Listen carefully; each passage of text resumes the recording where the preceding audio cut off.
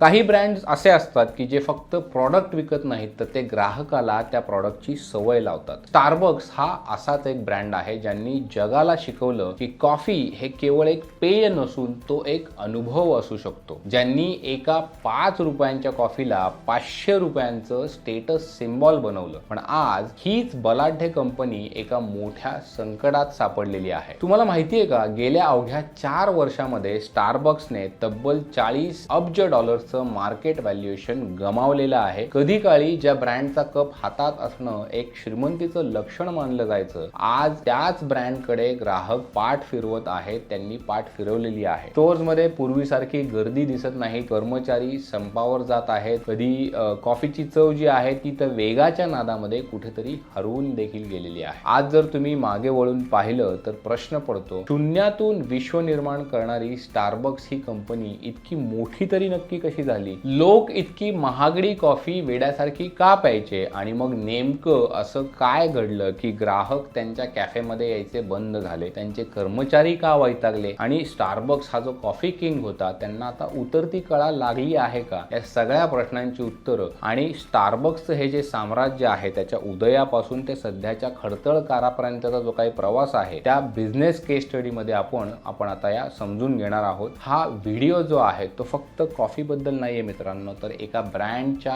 आत्म्याबद्दल आहे. त्यामुळे व्हिडिओ तुम्ही शेवटपर्यंत नक्की बघा. स्टारबक्सची सुरुवात झाली 1971 मध्ये. अमेरिकेमध्ये सिॲटल नावाचं जे शहर आहे तिथे जेरी बॉल्डविन, जेफ सिगल आणि गॉर्डन बोकर यांनी 3 मित्रांनी मिळून एक छोटंसं दुकान उघडलं. त्याचं स्वप्न काय होतं की बाबा जग जिंकायचं होतं का? तर नाही, त्यांची कुठलीही मोठी व्यावसायिक महत्वाकांक्षा नव्हती. त्यांना फक्त आणि फक्त लोकांना चांगल्या दर्जाचे कॉफी बीन्स पुरवायचे होते. नीट ऐका, त्या काळामध्ये स्टारबक्स हे कॅफे नव्हतं. तिथे तुम्हाला तयार कॉफी मिळत नव्हती. ते फक्त कॉफी बीन्स आणि कॉफी बनवायचं साहित्य विकणारं एक रिटेल स्टोअर होतं. सुरुवातीची 10 वर्षे ही कंपनी अत्यंत संथ गतीने चालली होती. कुठलंही मार्केटिंग होत नव्हतं, कुठलीही जाहिरात केली जात नव्हती, कुठेही ब्रँडिंग केलं जात नव्हतं. आपल्याला खूप मोठं व्हायचं आहे हा विचारच त्यांच्या गावी नव्हता. ते त्यांच्या छोट्या जगामध्ये समाधानी होते, पण नियतीला मात्र काहीतरी वेगळंच करायचं होतं, वेगळंच मान्य होतं.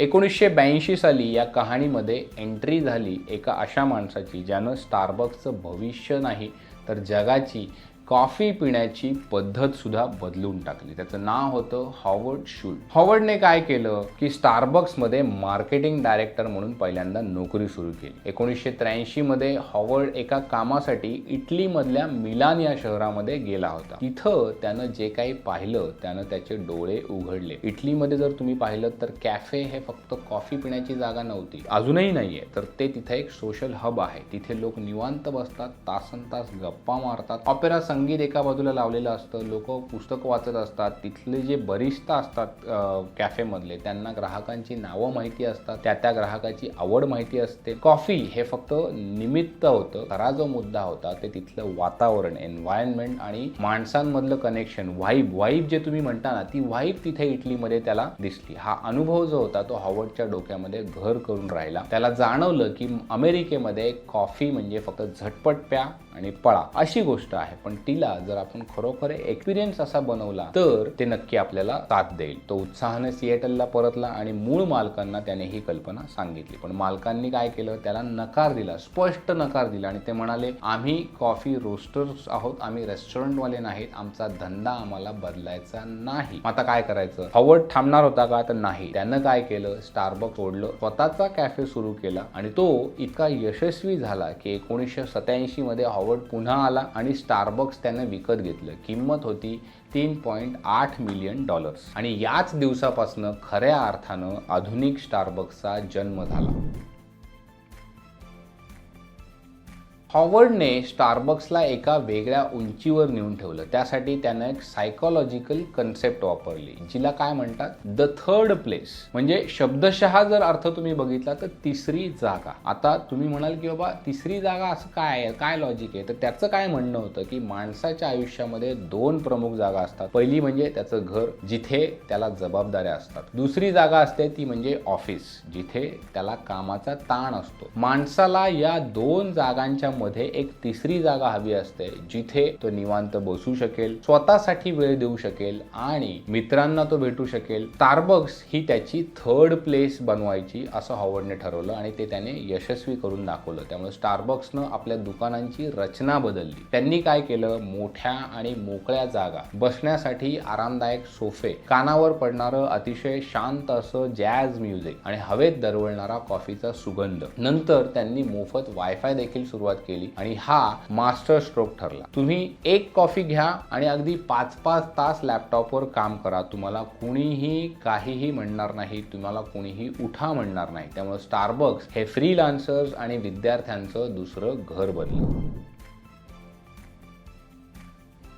स्टारबक्सच्या यशाचा दुसरा पिलर होता त्यांचे कर्मचारी. हॉवर्डने त्यांना कधीच नोकर मानलं नाही किंवा एम्प्लॉई मानलं नाही. त्याने काय केलं, या सगळ्यांना आपला पार्टनर मानलं. अमेरिकेमध्ये जिथे पार्ट टाइम कर्मचाऱ्यांना कुठलेही बेनिफिट्स दिले जात नाहीत, तिथे स्टारबक्सने त्यांना हेल्थ इन्शुरन्स, कंपनीचे स्टॉक ऑप्शन दिले. त्याचं लॉजिक जे होतं ते अतिशय साधं होतं. तो काय म्हणाला की जर माझा कर्मचारी आनंदी असेल तर तो ग्राहकाला हसून कॉफी देईल आणि जर ग्राहक आनंदी राहिला तर तो माझ्या दुकानामध्ये परत येईल. ग्राहकाचं नाव कपावर लिहून हसून त्याची ऑर्डर सर्व्ह करणं हे स्टारबक्सच्या कल्चरचा भाग बनलं. कॉफी महाग होती, पण लोक आनंदाने पैसे देत होते आणि त्याला कुठलीही तक्रार करत नव्हते.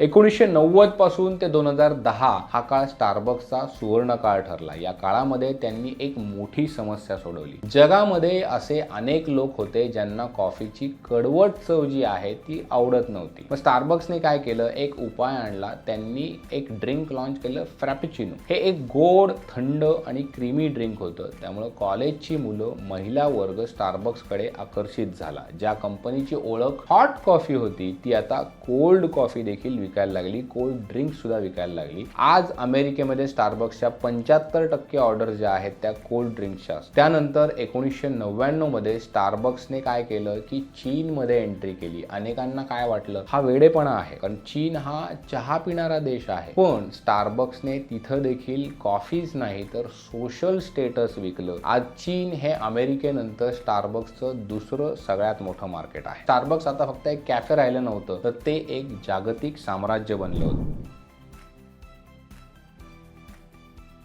पण म्हणतात की असं कुठल्याही साम्राज्याचा ऱ्हास हा यशाच्या शिखरावर असताना सुरू होतो. 2020 मध्ये काय झालं, कोविड आला, संबंध जग थांबलेलं होतं, जगाचं चित्र बदललं. लॉकडाऊनमुळे सगळे कॅफे बंद राहिले, लोक एकत्र बसू शकत नव्हते. या संकटावर मात करण्यासाठी स्टारबक्सने एक निर्णय घेतला, जो त्यावेळी योग्य होता, त्यावेळी तो क्रांतिकारी ठरला होता, पण तोच पुढे त्यांच्या मुळावर देखील उठला. तो निर्णय म्हणजे ड्राईव्ह थ्रू आणि मोबाईल ऑर्डरिंगवर फोकस करणं. स्टारबक्सने काय केलं, आपलं मॉडेल बदललं. येऊन इथे निवांत बसा हे धोरण हळूहळू दूर गेलं. गाडीतूनच कॉफी घ्या आणि पळा हे धोरण त्यामुळे आलं. मोबाईल ॲपमुळे ऑर्डर्सचा पाऊस पडू लागला. विक्रीचे आकडे जे होते ते वाढले. शेअरची किंमत जी होती ती देखील वाढली. मॅनेजमेंट खुश झालं. त्यांना काय वाटलं की आपण हे युद्ध जिंकलं. पण प्रत्यक्षात त्यांनी स्टारबक्सचा आत्मा गमावलेला होता.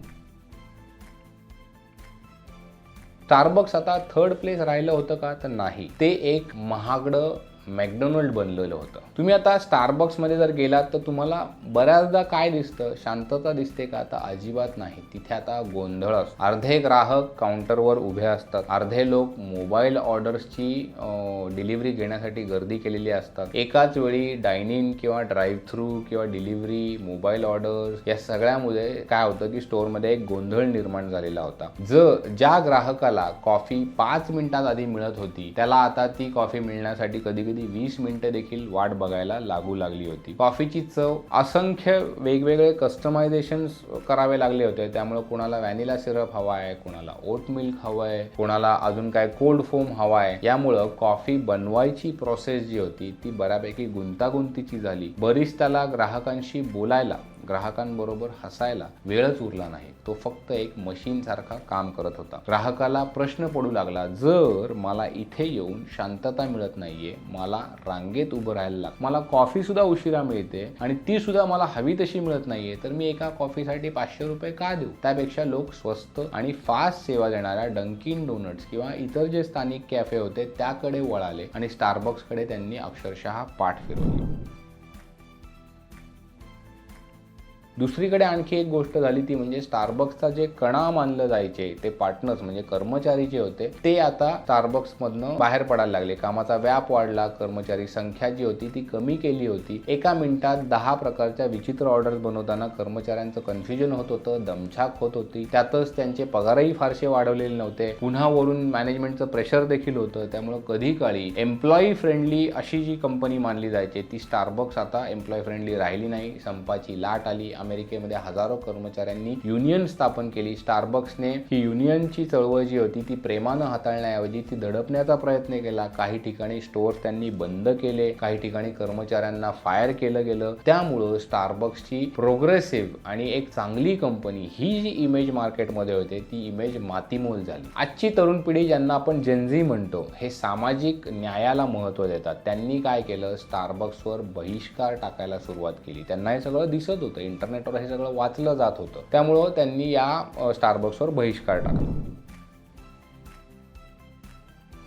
घरच्या मैदानामध्ये स्टारबक्स एकीकडे मार खातच होतं. आंतरराष्ट्रीय जे मार्केट होतं तिथेही स्टारबक्सला धक्के बसले. चीनमध्ये वेगळ्या काही कॉफीचे ब्रँड जे होते, स्थानिक ब्रँड, त्यांनी स्टारबक्सला सळो की पळो करून सोडलं. लकिंग कॉफी नावाचा त्यांचा एक ब्रँड होता. त्यांनी साधं गणित मांडलं, आम्ही स्टारबक्सपेक्षा स्वस्त आहोत, आम्ही स्टारबक्सपेक्षा फास्ट आहोत आणि आमचं ॲप स्टारबक्सच्या ॲपपेक्षा जास्त भारी आहे. चीनमधल्या ग्राहकांना अनुभवापेक्षा किंमत किती स्वस्त आहे, सोय कशी आहे ते महत्त्वाचं वाटलं. परिणामी स्टारबक्सचा चीनमधला मार्केट शेअर 40% 14% खाली आला. अजून एक स्टारबक्सचं मार्केट होतं ऑस्ट्रेलिया, जिथे कॉफी कल्चर खूप प्रगल्भ आहे. तिथे स्टारबक्सचा अमेरिकन ॲटिट्यूड जो आहे तो चालला नाही. तिथल्या लोकांना स्थानिक कॅफेची क्वालिटी जी कॉफी असते ती आवडते. स्टारबक्सचे शुगरी ड्रिंक्स जे आहेत ते त्यांना आवडत नाहीत. त्यामुळे ऑस्ट्रेलियामध्ये स्टारबक्सला आपला गाशा जवळपास गुंडाळायला लागला. तिथे ते यशस्वी ठरले नाही.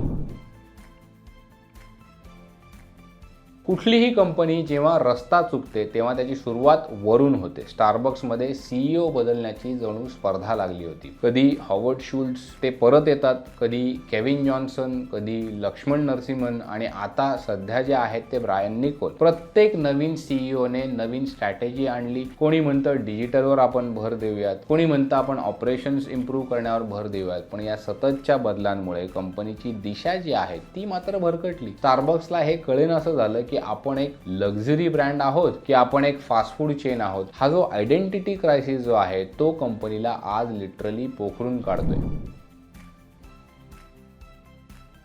आता स्टारबक्सचा हा प्रवास आपल्याला बिझनेसचा एक अतिशय महत्त्वाचा धडा शिकवतो. कुठलाही ब्रँड, मग तो कितीही मोठा जरी असला तरी, त्याच्याकडे कितीही पैसा जरी असला तरी, तो ब्रँड लोकांच्या मनामध्ये ज्या कारणासाठी बसलेला असतो ते जर कारण तुम्ही हरवलं तर त्या ब्रँडचं पतन जे आहे ते अटळ असतं. स्टारबक्सने कॉफी बीन्स विकून नाही तर माणुसकी आणि कॉफी पिण्याचा अनुभव विकून जग जिंकलेलं होतं. मात्र जेव्हा या अनुभवाची जागा कार्यक्षमता, वेग आणि आकड्यांनी घेतली तेव्हा त्या ब्रँडचा आत्मा हरवला होता. मात्र तुम्ही म्हणाल आता स्टारबक्स संपलं का? तर नाही, त्यांच्याकडे अजूनही संधी आहेत. आत्ता रिसेंटली जे नियुक्त झालेले CEO आहेत ब्रायन निकल यांनी आता सांगितले आहे की आम्हाला पुन्हा एकदा स्टारबक्सला कॉफी हाऊस बनवायचा आहे. म्हणजे आधीचा जो त्यांना अनुभव देत होते तो त्यांना परत द्यायचा आहे. हे बोलायला सोपं आहे मात्र करायला कठीण आहे. ग्राहकांचा ब्रँडवरचा उडालेला विश्वास, कर्मचाऱ्यांची नाराजी दूर करणं हे त्यांच्या समोरचं सगळ्यात मोठं आव्हान असणार आहे. कंपनीला हे लक्षात घ्यावं लागेल की त्यांची खरी ताकद जी आहे त्या महागड्या एस्प्रेसो मशीनमध्ये नाही तर काउंटरच्या मागे त्यांचा जो उभा असलेला एम्प्लॉई पार्टनर जो आहे आणि खुर्चीत निवांत बसलेला जो ग्राहक आहे यामध्ये त्यांची ताकद आहे. जर स्टारबक्स पुन्हा एकदा थर्ड प्लेस सक्सेस बनली तर आणि तरच त्यांची ब्रँडची घसरण जी आहे ती थांबेल, नाहीतर नोकिया आणि कोडॅकच्या यादीमध्ये आणखी एका मोठ्या नावाचा समावेश व्हायला वेळ लागणार नाही. तुम्ही स्टारबक्समध्ये कॉफीसाठी जाता की तिथल्या एन्व्हायरमेंट वाईबसाठी जाता? तुमचा अलीकडचा स्टारबक्स मधला अनुभव नक्की कसा होता हे आम्हाला कमेंटमध्ये नक्की सांगा. हा व्हिडिओ जर तुम्हाला आवडला असेल तर लाईक करा आणि शेअर करायला अजिबात विसरू नका. ही बिझनेस स्टडी तुमच्या मित्रांना नक्की शेअर करा. अशाच सखोल आणि रंजक आर्थिक माहितीसाठी पैसा पाणी चॅनलला सबस्क्राईब करा. सध्यासाठी आपण इथे थांबूयात. पाहत रहा पैसा पाणी.